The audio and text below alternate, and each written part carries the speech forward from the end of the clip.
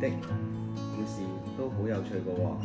裏邊講一隻大熊咧喺森林裏邊，所有嘢都話係佢自己嘅。咁我哋開始講呢個故事咯喎。咁聽完故事一陣間，你可以諗下生活裏邊，你有冇曾經好似大熊咁樣，所有嘢都話係你嘅呢？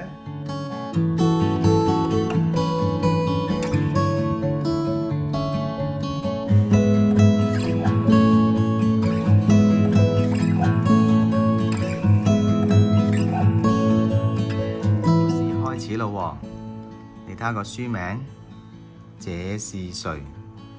故事書面裏邊見到都幾有趣喎，有隻大熊啦，仲有啲動物喺個草原上喺度玩扯大纜喎。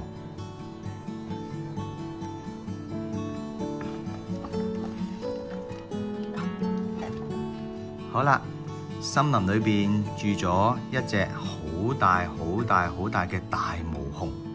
佢最愛講一句說話呢，就係這是我的。呢隻大毛熊同呢度所有動物講，森林裏邊所有嘢都係我㗎，包括天上嘅雀仔啦、雲啦、太陽啦、昆蟲、蜜蜂，包括蝴蝶。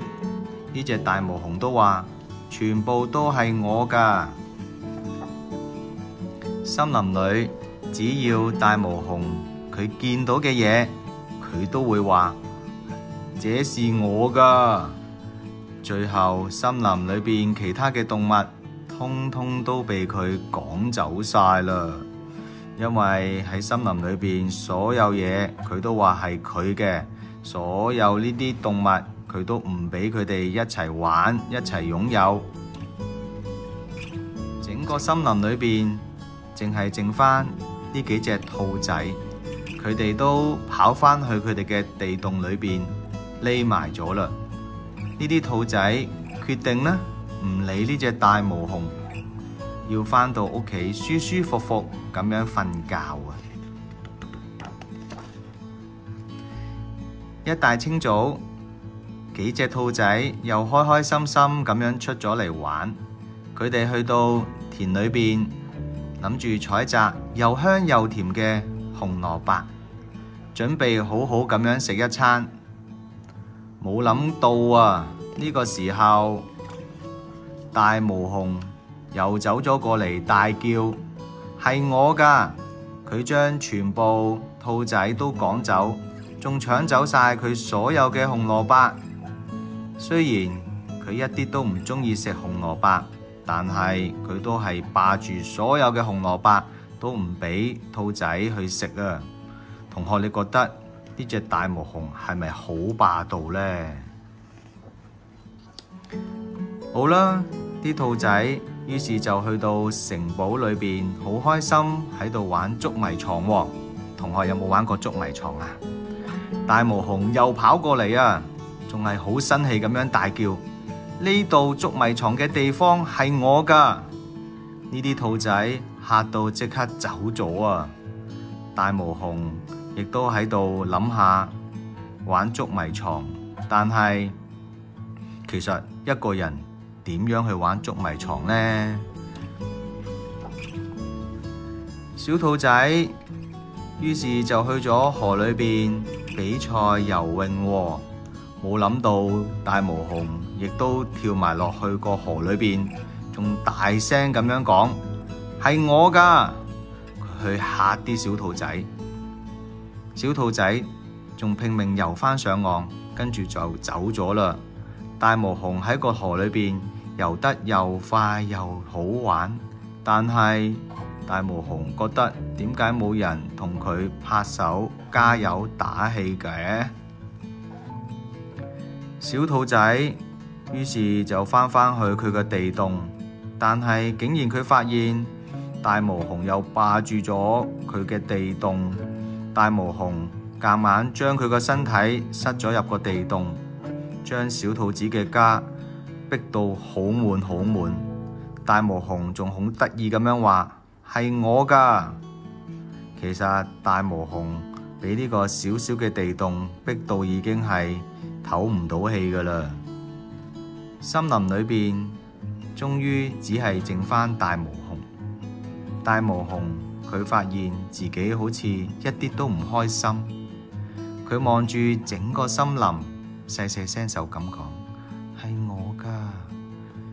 只係佢諗到呢度以前有好多嘅兔仔，好多嘅森林裏邊嘅動物，小鹿、小象，全部好似而家唔喺呢個森林啦。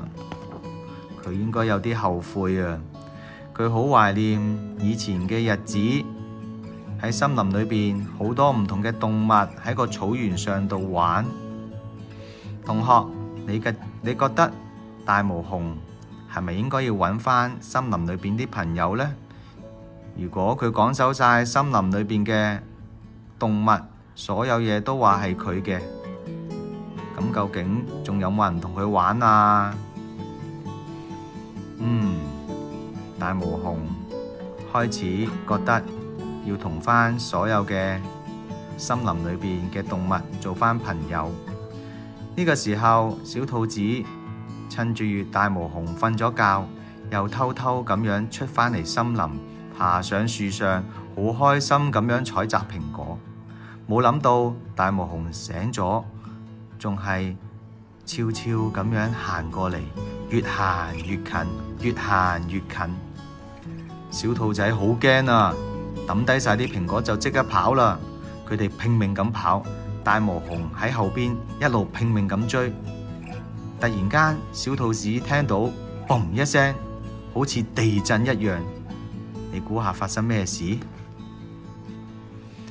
小兔子回頭一看，原來大毛熊跌咗喺地上邊，手裏邊拎住一個一個嘅又紅又大嘅蘋果。大毛熊望住小兔子，小兔子亦都望住佢。大毛熊望住啲蘋果，望住個森林，再望住啲兔仔，最後仲細細聲咁：呢啲蘋果係我嘅，亦都係你哋㗎。呢個時候，所有動物都好開心，因為大毛熊已經唔係再話整個森林嘅嘢都係佢啦，亦都係屬於大家嘅。所有動物都好開心，一齊出嚟陪呢個大毛熊一齊玩咯。你見到呢個圖，大毛熊而家咪好開心呢？啲兔仔唔再驚佢，唔再見到佢就跑啦，仲好開心，瞓喺佢嘅頭上，瞓喺佢嘅身體上邊。故事講完啦，同學，你有冇試過好似大毛熊咁樣，乜嘢嘢都霸住屋企，所有玩具，所有嘢都唔同人分享，唔同你嘅哥哥，唔同你嘅父母，唔同你嘅細佬妹分享呢？